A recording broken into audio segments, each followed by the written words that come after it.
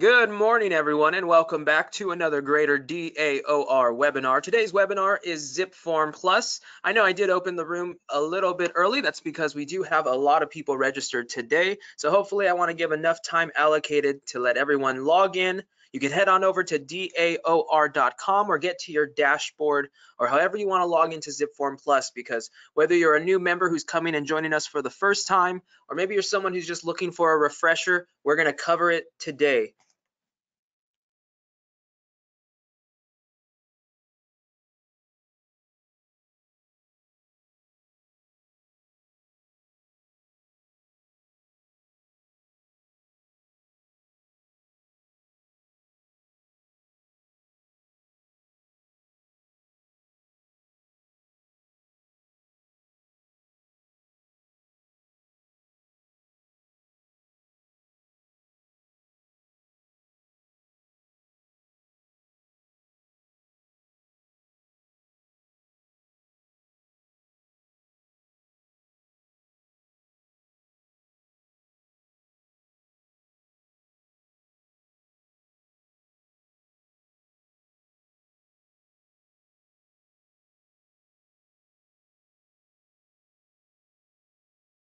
So hopefully you guys can see your screen. I am still allocating a few more moments just to allow everyone to log on. I see people pouring in. I'm going to start off with a poll. So if you can see on your screen the poll, please select the option. I want to see how long have you been using ZipForm Plus and its products. I want to get a little poll going for everyone here. I just want you to see my class size today. And as people pour in, they're going to continue to view this poll, and we'll be able to see what everyone's looking at right now. And again, I am allocating about 3 to 5 more minutes before we actually begin and step in. I'm just allowing people to log on, get ready, and heading to either daor.com, their dashboard, or to car.org.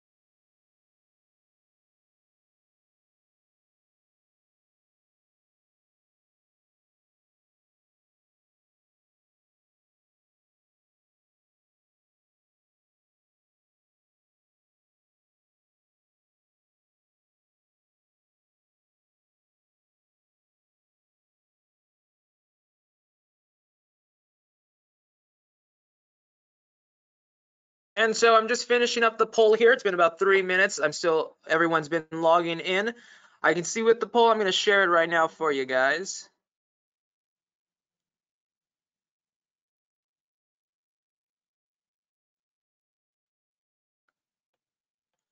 As you can see, we got a huge mix here, so just about 50-50 almost of people who are brand new coming onto here and some people who are looking for a refresher. So we are going to begin right now momentarily and jump right into it. You guys can go ahead and see my screen. We're starting here at daor.com. That's always where I like to go to see all of my benefits. And we're going to head on over to the member login area. And we'll select the MLS login. That'll take you to log in with your MLS ID, your username and password. That's going to take us to our dashboard. I do like our dashboard only because, as I said, it shows you all of your benefits for the day. You start your day off coming right into here. You know exactly what you need to get into. You can keep this screen open so you can jump around from your different benefits. And we're going to head down to the Greater DAOR Association resources. That's where we're going to find CAR, and we can always click onto this little tile. Now, the great thing about this dashboard is it does save your information, so you'll just click on that and get sent directly to CAR. You also have the ability to just head on over to car.org. Now, when we go in through the back page, you'll always see that, oops, page not found information. Don't let that scare you. We're going to go sign in at the top right. Most of you are familiar with this. Now, I have been getting a lot of calls because there is a new step when we're trying to access into our transactions. So now we can see that I've signed in. We can see my name, Hi Joey, in this bubble and at the top right. I can access my ZipForms by clicking on my name and access ZipForm. And this is where a lot of people were already getting stuck because this screen pulled up right here. That was because Glide was offering the CAR forms inside of their software. Now, if you have heard about what's going on between them and CAR, they probably will no longer be having those forms. But here is our transaction for ZipForm, and we'll just select Access ZipForm to jump right into there. This is going to validate your membership, validate your CAR account, and we'll press continue. Now this is going to open, and while this is loading, I wanted to go ahead and let's do another poll here. How about this? Before we actually begin, what is your experience level with ZipForm Plus? I really do want to know that. I want to see when we're coming into here exactly what's going to be beneficial for the class today or what I should be teaching you and going over. Now, I do want to go over an overview, right? I want to show you some things that have been added, some things that have changed, but then I also want to go through some advanced options if we have that skill set here. And I'm just going to allow one more minute or so just to let this poll go through.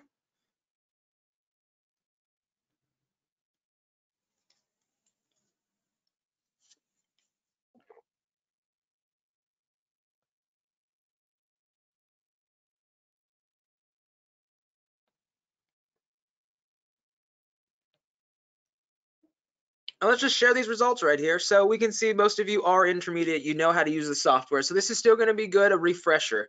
Guys, if you have any questions, you can see here on your screen, you have that little Q&A feature, that little question mark. Go ahead and drop those questions in there, and I'll try to get to them either while I'm doing the course or at the very end if time allows.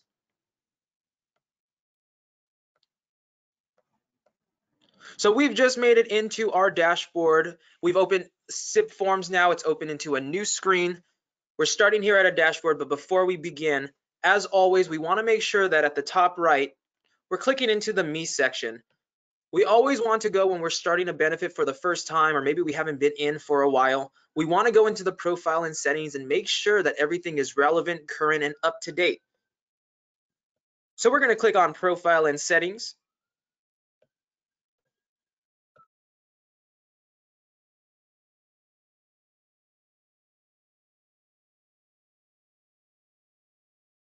And that's going to jump us right into the About Me information. So this is all of your current information, your email, phone number, right? Your license number. If your license number says false, that's just because you haven't put anything in. So make sure that you input your license number there.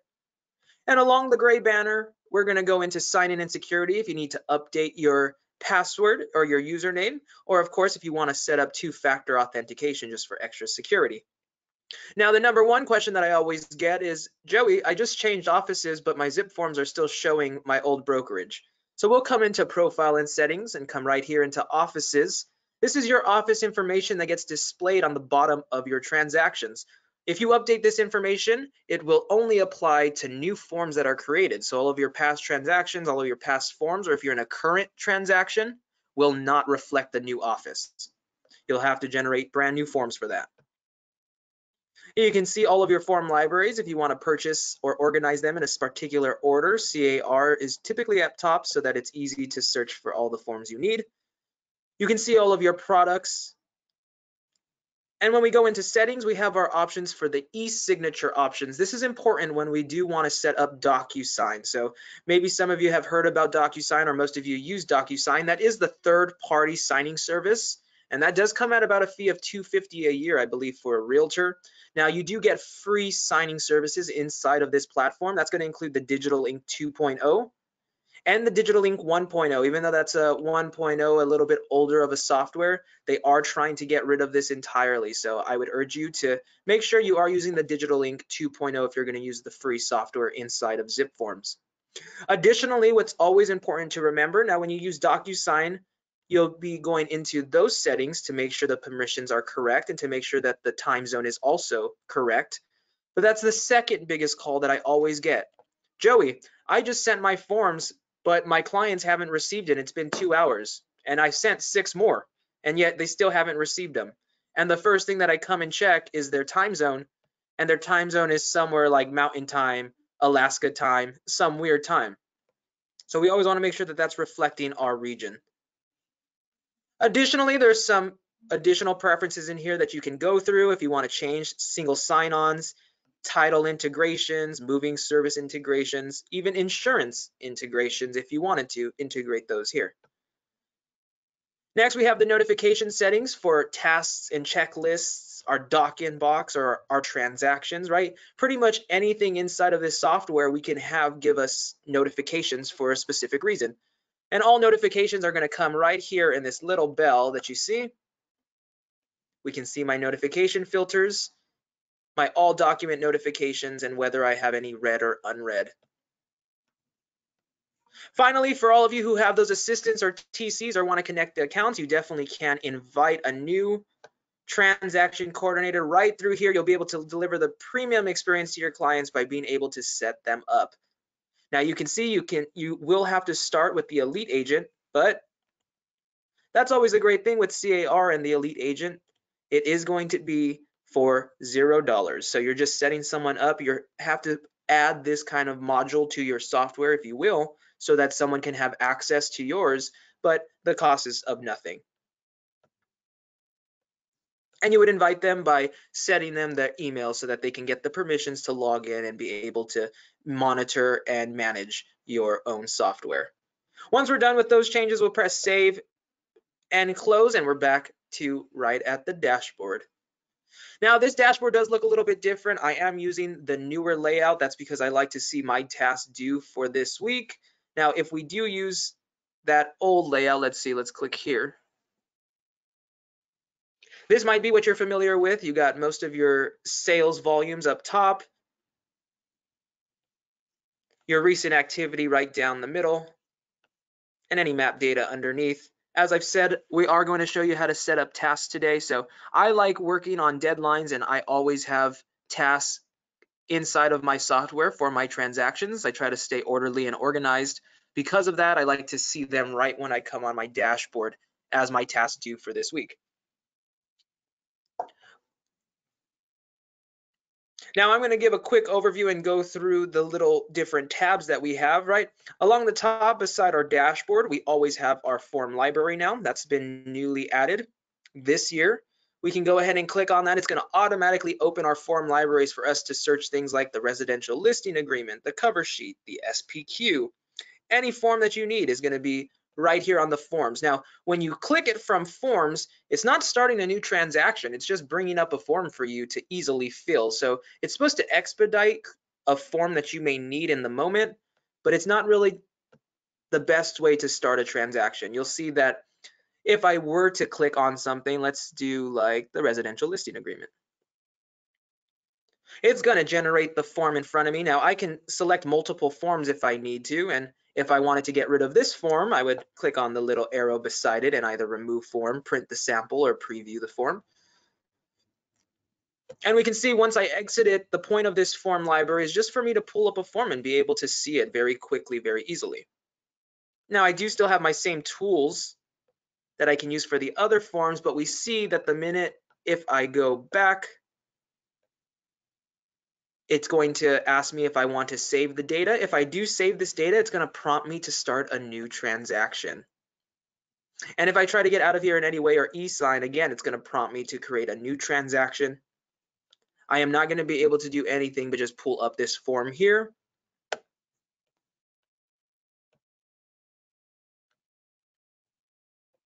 This is something really neat.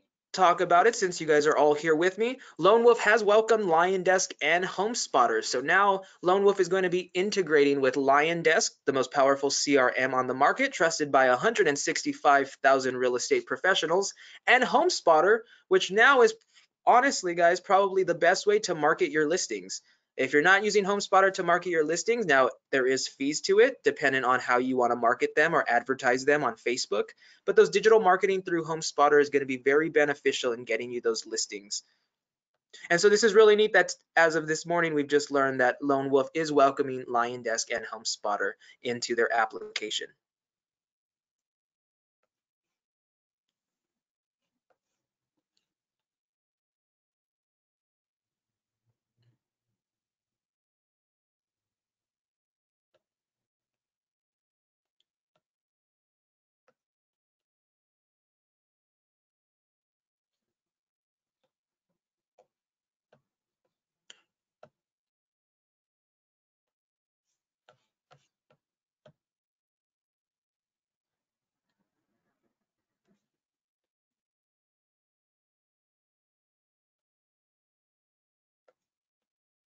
Let's get right back. And while that's loading, let me see some questions in here. I have most of my clients tell me that when they receive the information to sign, that they cannot read it because it's all blurry. What can we do about it? Well, Dina, you'll have to go ahead and email me separately about this specific issue, and we can escalate that and see exactly what's going on with your software. So coming back into it, right, we just went over the forms. Most of you are familiar with the transaction. This is where we'll build our new transactions. We can see 3 that I already have, and we're going to go through that momentarily. We have our templates as well. For those of you that are new, templates allow you to autofill or pre-fill information on a form that you're going to be using over and over again. So if you're a listing agent, maybe you do the residential listing agreement so many times, and how many times do you want to sign your name on that? How many times do you want to put your name, your DRE license number? Possibly only once. And if you stay at the same office for 20 years, doing it once is more than enough. So you can set up a template with the residential listing agreement with your information already filled, and every time you start a transaction, you'll select that template and it'll be right there for you without you having to do much.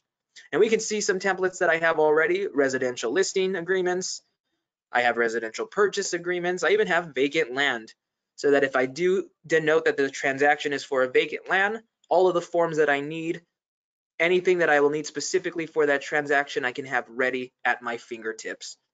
And we're going to go over that first before we actually get into a transaction, how to set up that template. I want to show you now the doc inbox as well. The doc inbox is a soft file uploader for you, so you can go into documents, and this is where you're going to upload your third-party documents. So maybe you have a form, or maybe you have verbiage or a document that's on your computer, and you want to upload that into the transaction. You definitely do that. Maybe these are photos that you want to upload to the transaction. So you'll have your specific inbox address if you want to just send it directly to here. You can send email communications here so that you can keep track of them inside of your software, or you can send, as I've said, any third-party documents. So you can either send them directly into that inbox, or we can always add a document from here. That's going to prompt us to either browse for the document on our computer, browse for it on our Dropbox, and we can sync and link our Dropbox account. Similarly, we can sync and link our Google Drive to pull documents from there, our OneDrive, and our Box. So there are many options available to you inside of this. If you do have forms or specific verbiages or specific clauses, maybe that your brokerage uses, you can always upload them and use them here. Right next to the doc inbox are our tasks. Now the task can be set up for this is an overview of all of our transactions, and inside of the specific transaction we have another task manager so that we can see those specific ones. So this task page here is going to show us all of our tasks for all of our transactions, and we can see that denoted right here: transaction name 15458617, as well as a status. And I can easily change statuses. I can change task name. Of course, I can change from week view to month view to even the day.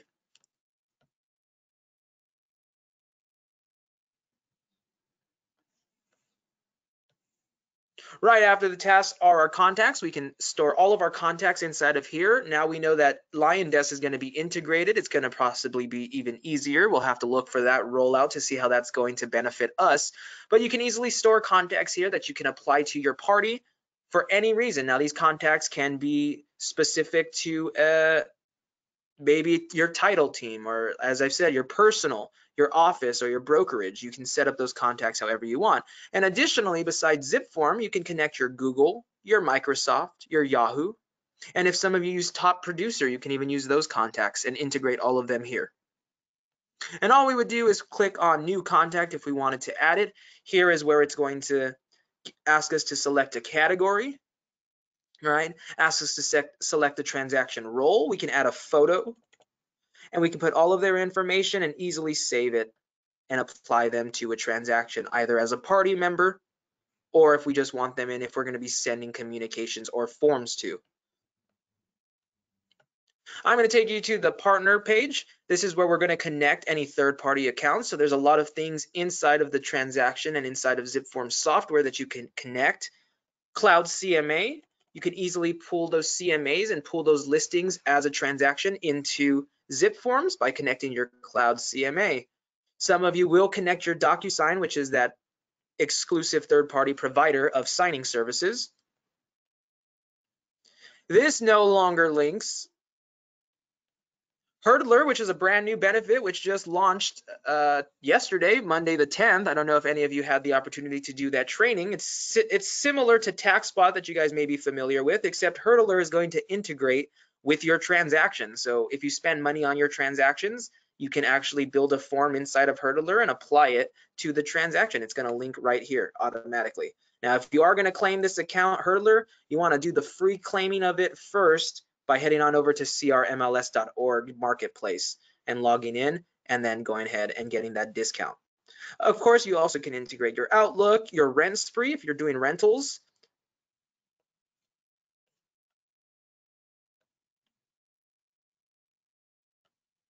Of course, we can always have our title as well, because ZipForms just launched digital titles. So now you can create titles right here through the platform for you guys to utilize.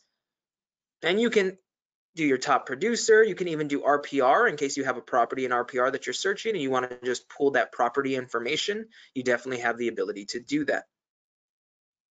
Finally, for all of you people who do ask, because I get plenty of calls for products, additional products to buy are on the shop store in transactions. ZipForm Record Connect, if you did want the $24.95. Now you don't need the ZipForm Record Connect, and we'll talk a little bit more about that once we set up the transaction. You can see Lone Wolf Elite Agent if you wanted to start kind of like your team. Of course, the forms, for some of you who asked, distressed property forms, you can see the price, you'll add to cart. Same thing with your Air CRE. So here's the Air commercial forms. You don't need to go to Air CRE and get their membership so that you pay and get those forms. You can pay this one time and you'll get all of the forms inside of your software automatically. So let's go ahead and let's start breaking it away. We're going to start at a template. Some of you guys may be familiar with this, but I'm going to show you exactly what you need to do to set you up for a great transaction.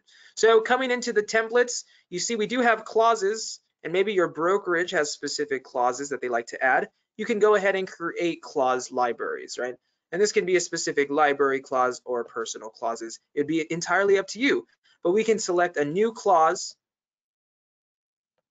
We select the category for this, a clause title, and what we need the clause to say, so that when we're ready to select a clause, it's easy to pull up. So category, we're going to do this is example, because it is an example. Clause title, example 1.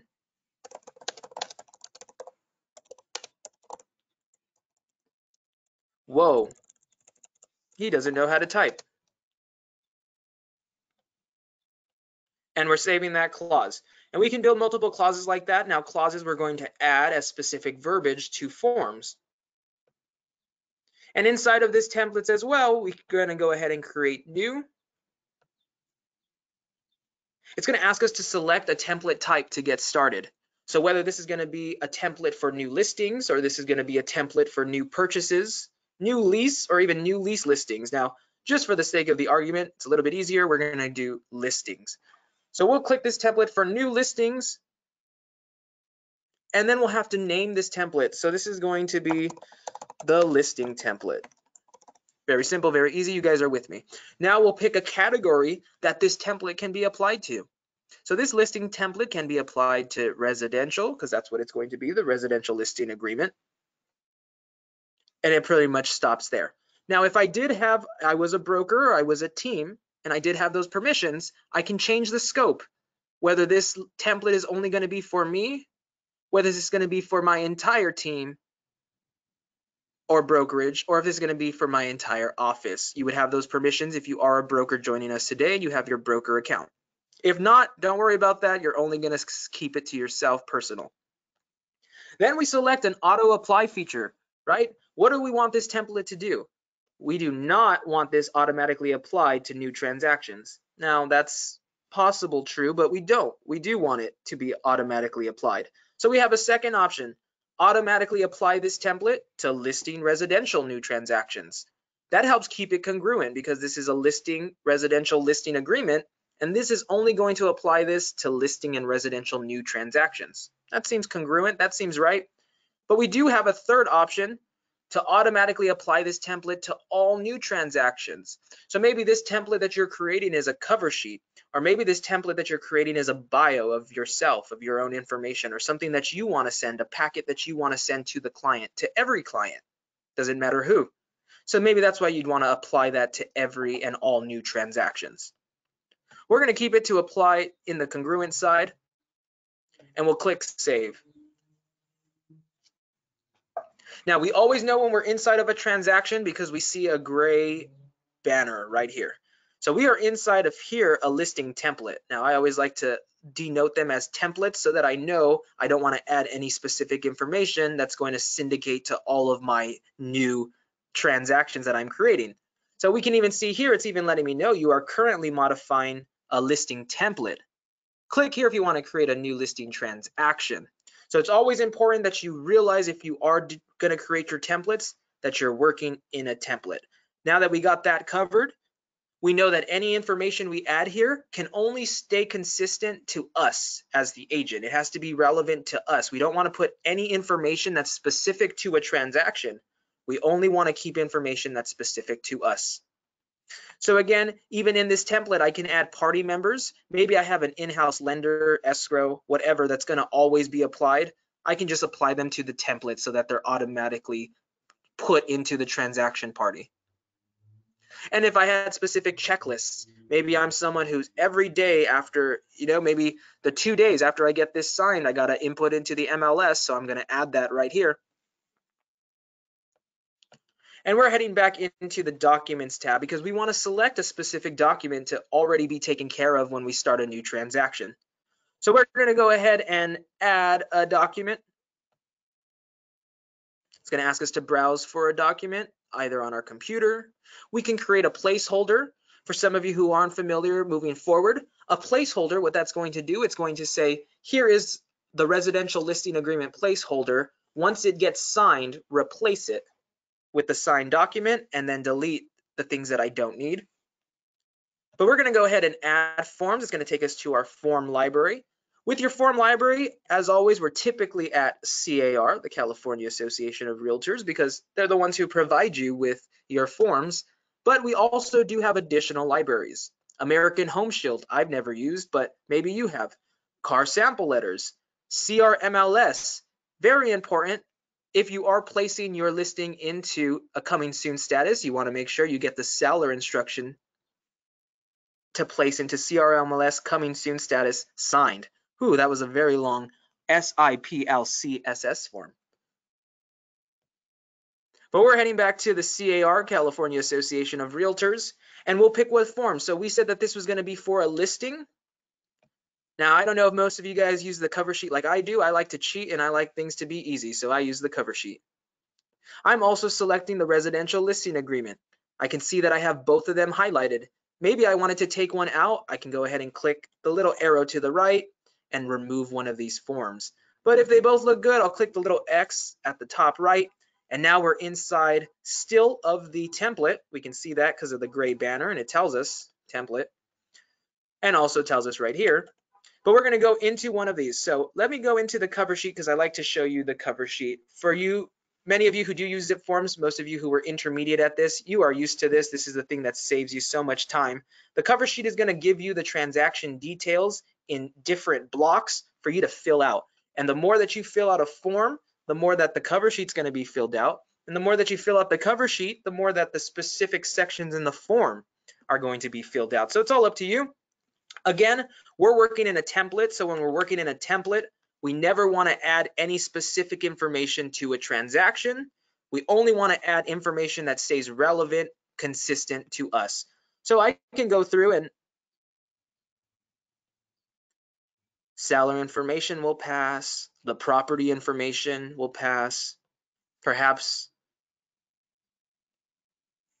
pass. Okay, seller's broker information, that's us, that's our brokerage. We can easily put that. Greater DAOR. Put the street address, put the license number. Whatever you need. Seller's agent's name, that's myself.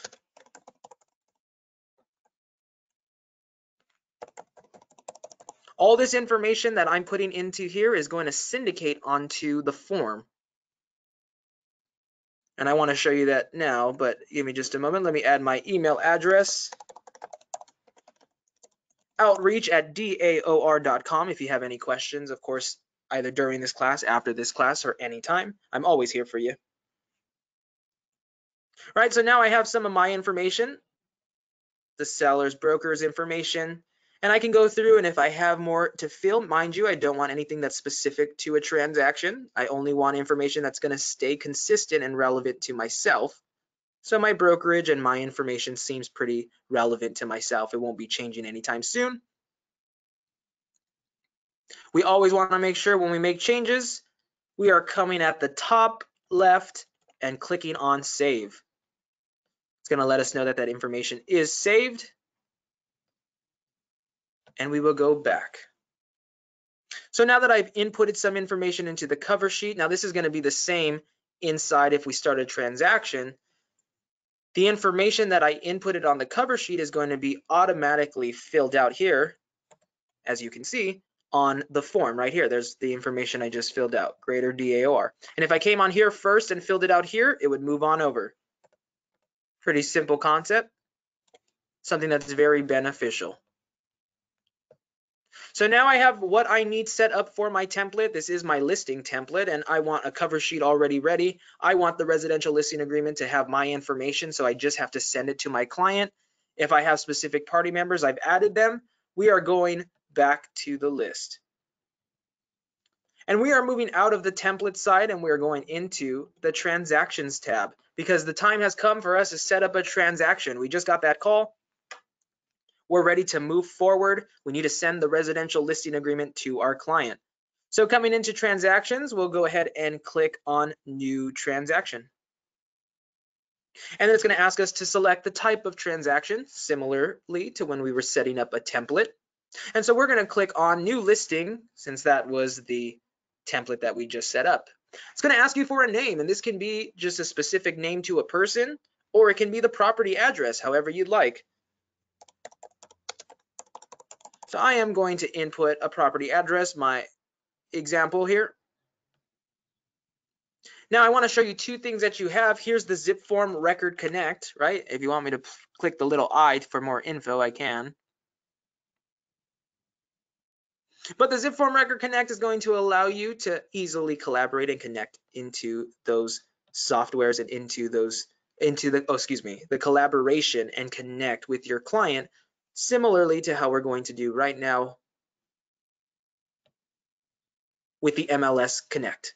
And it's the same thing, just one is that you're paying for it, and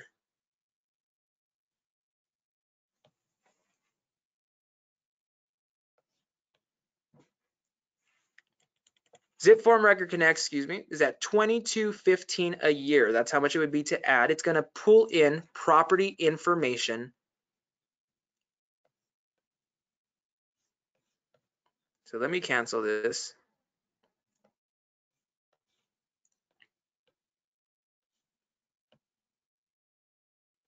Thank you for bearing with me. I'm not sure. It was spracked out just a bit.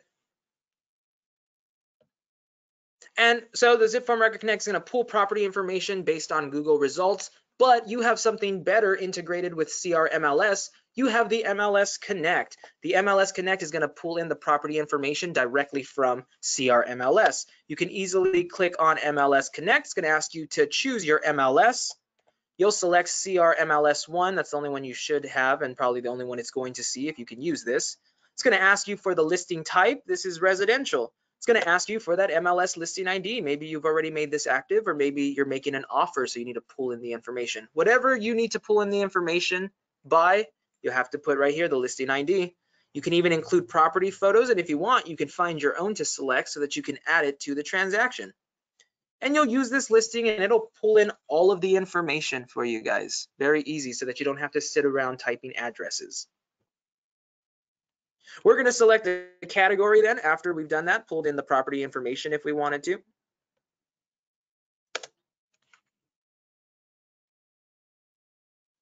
And then we're selecting a category for this transaction. Now this is residential. You can see right here at the bottom something happened. Right when I clicked on residential, boom, templates came for me to select. I'm getting ahead of myself. Here's the residential. Then we select a status. Is this active? Is this pending? Is this just a prospect? For this example, it's active. Then it's going to ask us to select a template. Look at the two templates that I have. And I can go through and just select a specific one if I needed to. So I'm going to select the listing template. And I'm pressing save. So this is taking me directly into the property summary. This is the summary tab of the transaction. But for some of you who are new, here's how it looks on the transaction dashboard. You can see the new transaction, and I even have the ability right here. See this little gear and this little list? I can change how I want it to look. So if this whole time that I've been talking and you've been on this webinar, mine have looked differently, it's possibly because we're just in a different view. It's all entirely up to you. I like the little play cards because they show me some more information. I'm coming back into 8617 Arlington Avenue. This is going to take me to the summary tab. Now again, how do we know when we're in a transaction or in a specific template? Because we get this gray banner. This gray banner is letting me know. Now along this gray banner, I have the transaction details. And that's how it's letting me know that I'm inside of a transaction. Now from here, the property summary, if I choose any of this information, if I fill out, it's going to fill out any forms or documents that I have. And vice versa. Anytime a document comes in, a new document is created, new information is added, they will fill in as we go through. And I have the ability to just either edit right here and start adding things. Now we can see ZipForm Record Connect again is going to ask us if it wants to pull in property information, but we already had the MLS Connect do that for us. And if we haven't, if we connect our RPR, we can use RPR as well to pull in property information. That's both on market and off market for you guys. All of our party members will be here. Any recent activity, listing summary, right? All of your commissions and things like that. This is just an overview for you, but you can also change the status and close the transaction. Now we're going to move on one step over to the summary. Most of you guys are aware of the parties tab. Now I'm always automatically applied my party member just because my information is always on there as the residential listing agent.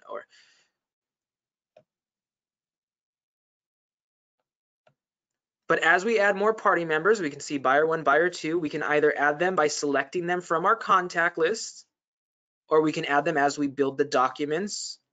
We see that it's going to be separated from the buy side, the sell side, or service providers that we have offered, easily allowing me to select what of my party members I need and when I need them. Now we're going to come into the documents. So there's some things that have automatically loaded. So we can see that that RLA has loaded, that cover sheet. Now I also had set so that coronavirus property entry advisory and declaration came in automatically. I just had that set up just as another template so we can see how both templates were applied to this transaction. And if I go into any of this, we'll see that the information I filled out prior in the template will be filled out. Now, in my cover sheet, now that I'm inside a specific transaction, I can add specific information, right? So I can easily add seller one information.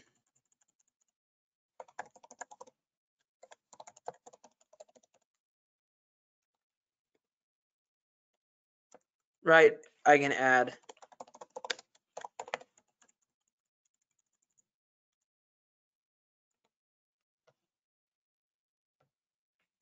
now I want you to see every time I select on an option, I have this little pen here, or I have this little. So this little arrow, if you will, is going to pull up all of my autosaves that I've ever done for this. So anything that I've ever entered into email address for seller landlord 2 information will pull up right here. And if I had a specific clause, I can go ahead and click on that little, I don't know if you guys can see it, it's like a little pen that comes up for each unit. Every time I want to input something, I get this little pencil. And if I click that, I have the ability to change font details, but also I can add those clauses. Here's my clause, my example 1. This is my text, and I can insert that directly right here.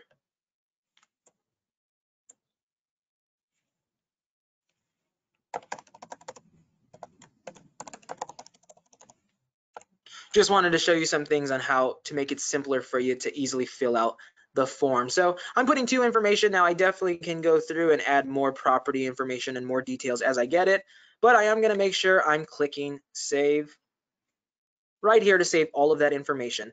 Now I want to show you through, because we've already gone through profile and settings, the overview, the template. Now we're in the transaction, and I wanted to show you form fillers and tools. That was kind of like what I wanted to come onto here and show you today. So let me get out of here, and we're going to go into the residential listing agreement. Now, most of you are familiar with it like the back of your hand. You've done so many, but I want to show you some tools that are available to you for this form or any form in the future, right? So beside having the clause manager up top, we also do have a lookup field manager. If you want to kind of take away some of this information and just see the basics, we can go through and just select a specific area to find. Additionally, we have the ability to attach photos. We have the ability to highlight specific text. We have additional abilities to add sticky notes and to fast fill. I don't know if many of you have used the fast filler. It's going to take the whole form and do it just by lines, almost similar to a cover sheet, so that you can come in and select the details and just input the details like that.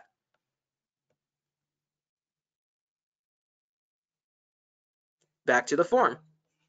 Now you have the ability to send this form. Maybe this is something that you don't want to e-sign, but you have the ability to email or via Zip Community to collaborate. This is something that might be a little bit brand new for you guys. I'm not sure if many of you have used the Zip Community before, so that you can go ahead and connect someone and send them and collaborate on a form. You have that ability.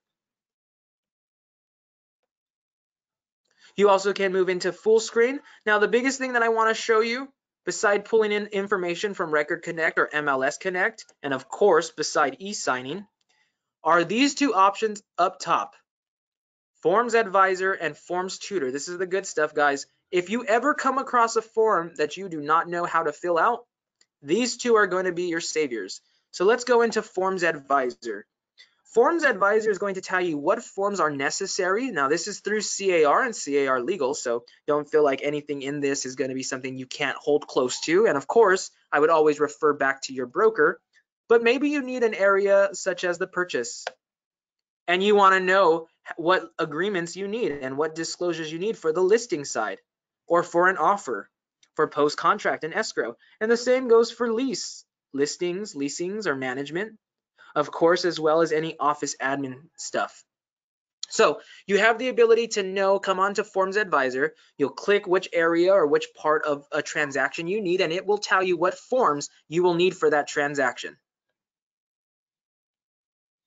Additionally, maybe you need help filling out the form. Joey, this is my first time. I'm going to call Joey and see if he knows how to fill out the RLA. I'm going to be completely transparent with you. I will never be able to support you by telling you how to fill out a form. That's something that only legal can do.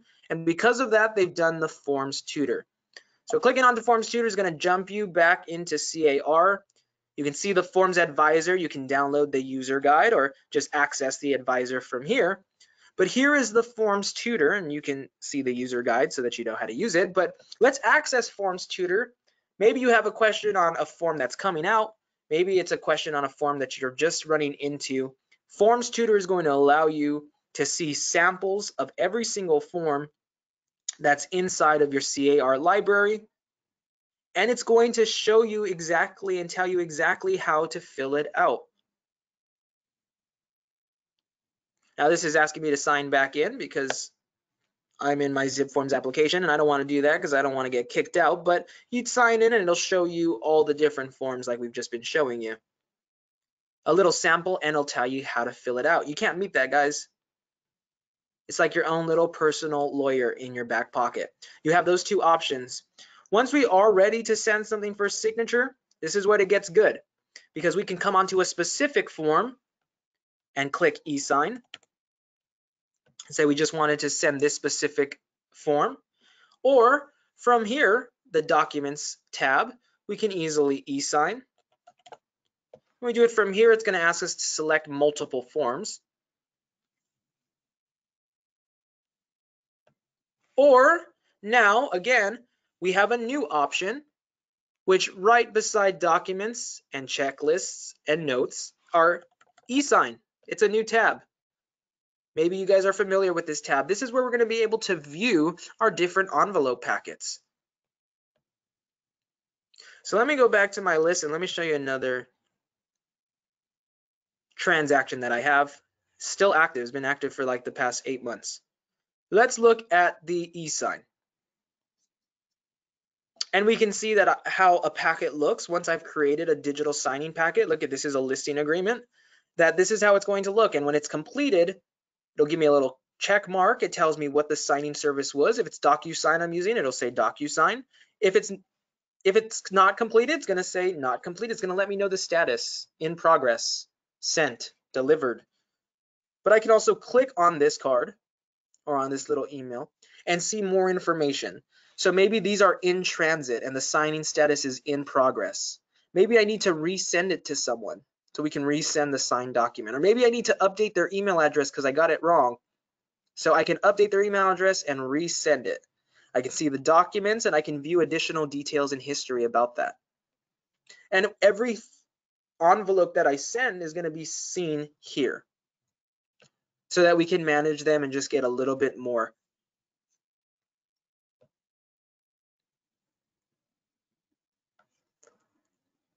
So I'm going to go back to the e-sign tab. It's a little bit easier for me than clicking e-sign. And we'll do new. Now it's going to pull, since we're in this transaction, what documents do you want to sign? Number one, you cannot sign something that doesn't have an area for people to sign. So I couldn't send the cover sheet. If I try to send the cover sheet, it's not going to let me. It's not going to work. I can only send something that has an area for people to sign. I'm going to select the residential listing agreement.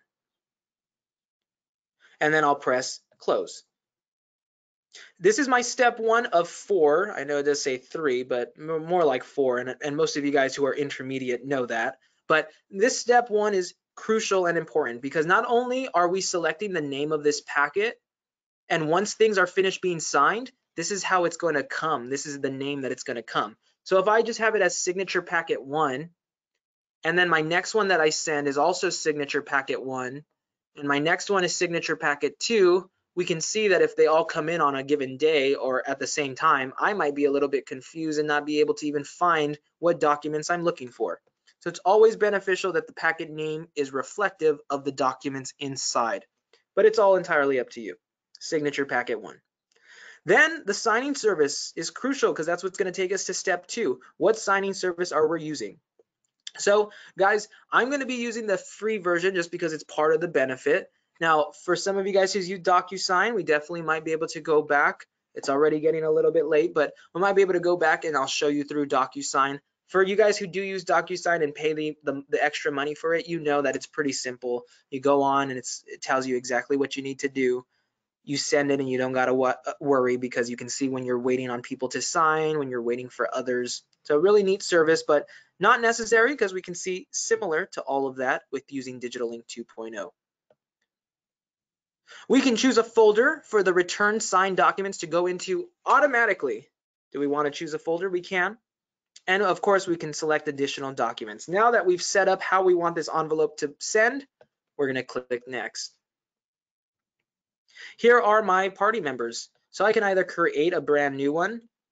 I can come into my transaction parties, but of course I can have my contacts from ZipForm. Those are the ones that we put in the contacts fields. Right? My transaction parties are the ones that are in this specific transaction, seller 1 and seller 2. But I also can do, you see, Google Contacts, Microsoft, Yahoo, those things of that sort. So I need some signers. I'm going to put myself as the listing agent. I'm going to need to sign it. I'm also going to put my seller 1, and I'm going to put my seller 2.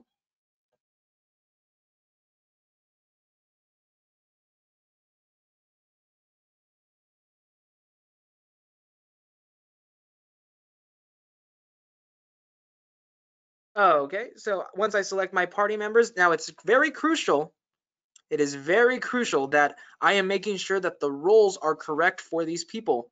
If the roles are incorrect, then the form is going to be incorrect and it's going to be all jumbled. Because if seller 2 needs to sign on seller 2 line, but she's seen as buyer 1, she's not going to be able to sign on seller 2.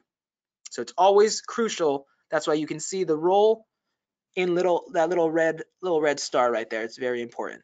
Very important. Okay, so now that I have my seller 1, seller 2, and myself, I'm going to go ahead and click on close again.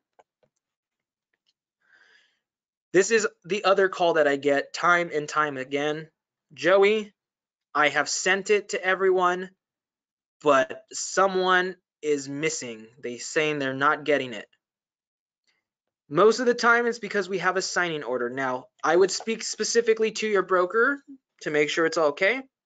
I don't like the signing order, guys. The signing order delays. The signing order is sending it to me first. I have to sign it. The system has to verify that. Then it gets sent to seller 2. They have to open it. They have to sign it. They have to. Maybe I took 1 day and maybe seller 1 took 1 day. So seller 2 is calling you after day 1 and day 2 telling you that they haven't received the document. And then you're calling me and saying, Joey, what's happening? Well, what's happening is we have a signing order and people are just not always the most accurate and quick to get their emails and get things signed. So you always have the option to deselect that, or what I suggest, a little bit better, if you do want to keep a little bit, maybe you want to be the one, Joey, it's important that I sign after them. I want to verify. Or Joey, it's important that they get it together. A 1-2-2 would be much better than a 1-2-3, because at least a 1-2-2, you're getting it first and they'll get it both at the same time.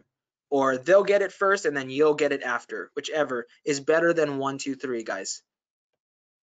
I'm turning off that signing order. Now I can go ahead and add additional signers if I need to, or I can add reviewers. Now be careful when you are adding a reviewer, because the reviewer is going to have to look at every single document. And just how you're familiar with, you click on it to sign, they're going to have to click at the end of every page for a thumbs up to say, hey, yeah, this is okay, this is good.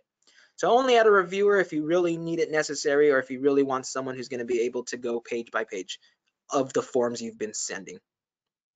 We can see our emails on who we're sending it to. Always CC'd, of course. We can go to our CC list to see that. CC is always going to be yourself, but we can add additional if we needed to, maybe a specific contact if we had it, or if we just wanted to add maybe our broker.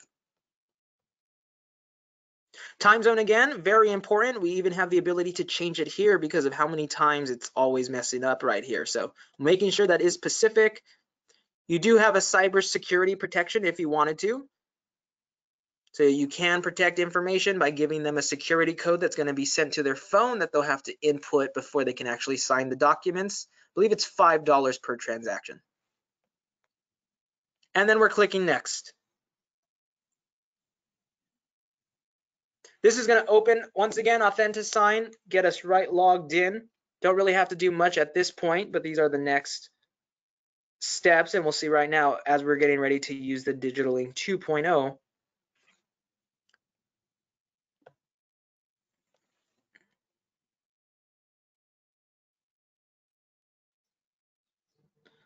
I do have a question that says, what is the difference between DocuSign and Digital Ink? I think we answered it just a bit.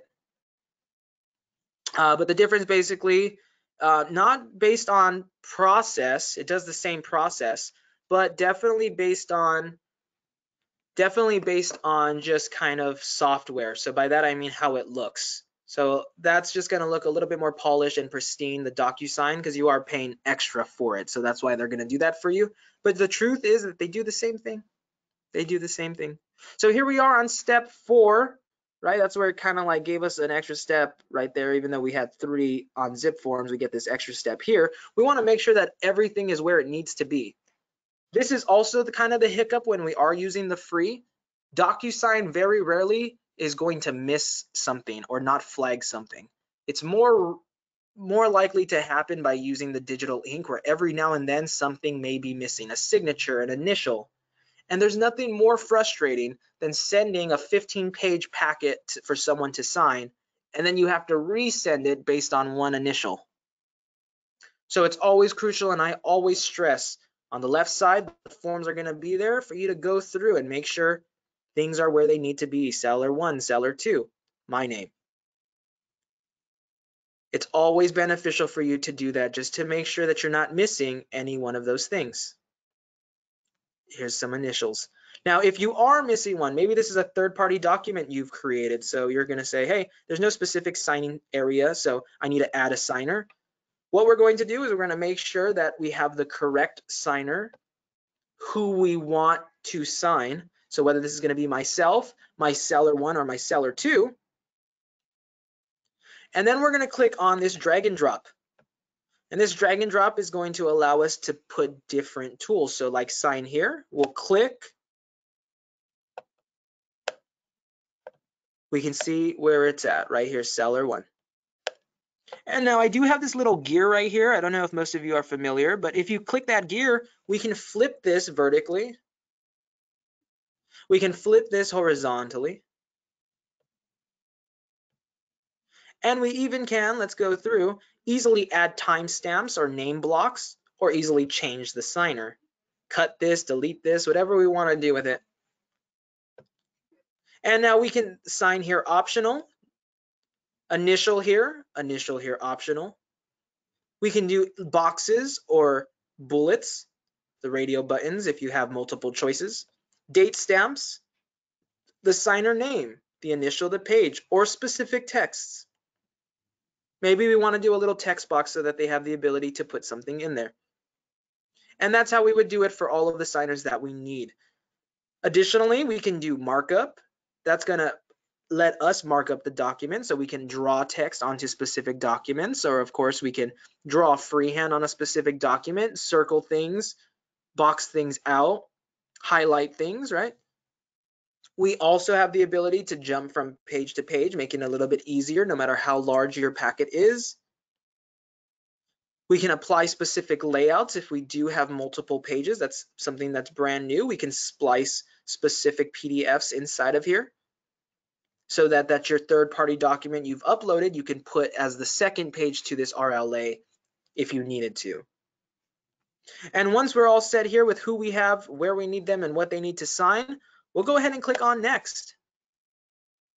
You're going to get this last final thing, and you have the ability to either do your own custom invitations, so you can create your own custom email, subject, and text and send it out, or you can just do what they're going to do, which is, hey, please sign this document, and you can just send the invitations. Once you're done with this, that's it. There's nothing more to do from this screen. We'll have to exit out of there because that is the Digital Ink 2.0 software. That's why it opened up there. We'll have to jump back into that new window. And now we can see that this packet has been created. And clicking onto there, the signing status right now is pending. The only thing that it's actually going to actually say delivered is mine, because mine is a real email address. These are fake, so it will always be in pending mode, and then it will bounce back and let me know in about a day. Now, if I needed to edit any content inside of here, like the documents, I can do that while things are getting sent. If I wanted to delete or pause, I can do that as well. As we can see, I can add additional signers if I need to, or add additional documents to this packet if I need to.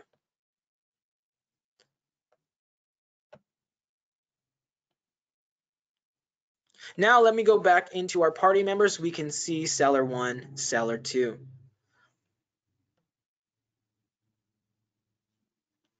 Now I want to show you guys something, that we don't have to always send things out for signature if we want to collaborate on something. I know right now may be a little bit difficult. I don't know how comfortable all of your clients are going to feel face to face, but you have the ability to share these documents. And when you share documents, you start collaborating on documents. So we can see how we're going to do that. Now this is going to be a little bit intermediate or advanced step for you guys who bared with me this whole almost hour. We are going to do that by coming into the document and sharing the document. Let's open that residential listing agreement.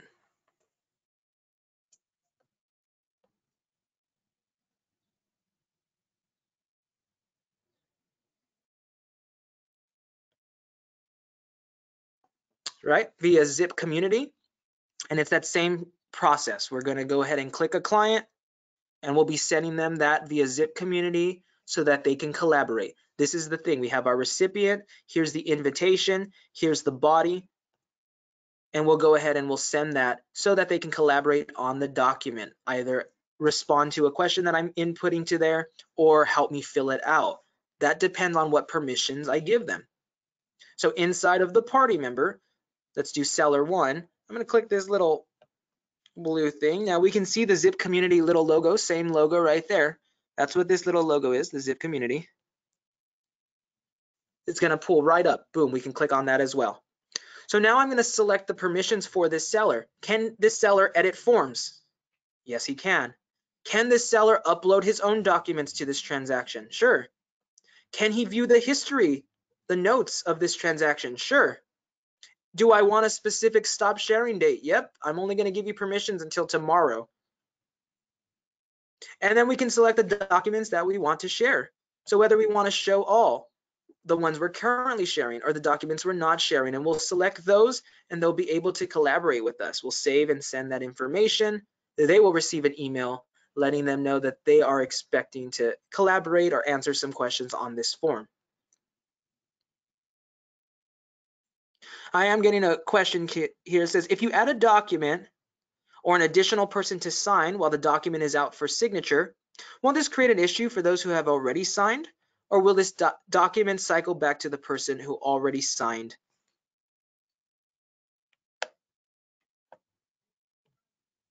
The previous version of the document? That's a great question, yes. So it would depend on what that document is that you're adding. So if you added an additional person to sign, that's not because you left someone out. That's going to be because maybe that you added another document and you need a new signer. If you left someone out of a packet, that's not what the adding additional signer is going to do. The adding additional signer is more to add someone not from the current document, but to add a new form and then add a new signer. Now, additionally, beside the new signer, if you add a new form, if they don't need to sign it, because there's different roles. That's why this question, I know I'm sounding a bit ambiguous, but it's because there's different roles. So it depends what form it is. If we're just speaking about an RLA and you have a seller 1 and a seller 2, a little bit easier to do. But if you have seller 1, seller 2, and you send the RLA and then you're like, shoot, I want to send them a PED-S form, right? The property entry and advisory for the seller or occupant. So I'm going to send them the PED-S form, but I don't need both of them to sign it because only seller 1, I don't know. Only seller 1 actually lives at the property, is the seller or occupant, and maybe number 2 isn't. So you're going to upload that document. I'm going to send. Since seller 1 is not a part of that, or seller 2 is not a part of it, whoever, they're not going to be sent a new packet to sign. So you have the ability to just keep adding those documents and whoever permission you set it up for, it's going to only give it to those people. I hope that was a little bit clarity. I know that's a really big ambiguous, Maria, and I apologize, but it's just because it would really matter just kind of like the circumstances, what form and what party members. But there would be no issue. You're able to do that again. Guys, the same thing. I know we're running out of time here, so I'm going to let you go, but the same thing that we were going to go over the ZipForm mobile just a little bit, but I am going to save that for another day. Hopefully that you guys aren't too bummed about that. The ZipForm mobile, I was just going to show you the software on there. It's very similar. Everything that you can do in here, you can do from the palm of your hand. Guys, if you have any more questions, of course, you can use that chat feature, but I do have something for you before I let you go. Hopefully you guys can see this. I have a little handout for you guys.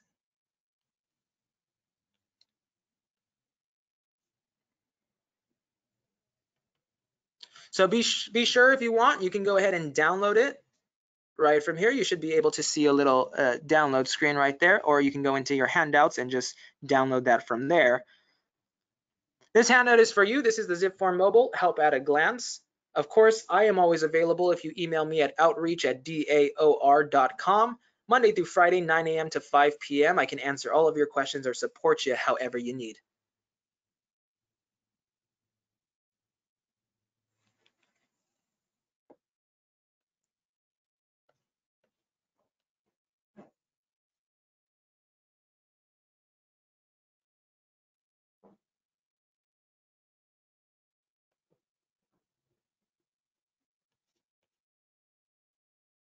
I don't see anything specific. Trying to go through the chat. I don't see anything specific. So guys, thank you for joining me today. I know it's been a long one. Thank you. And I will see you soon. Have a greater DAOR day.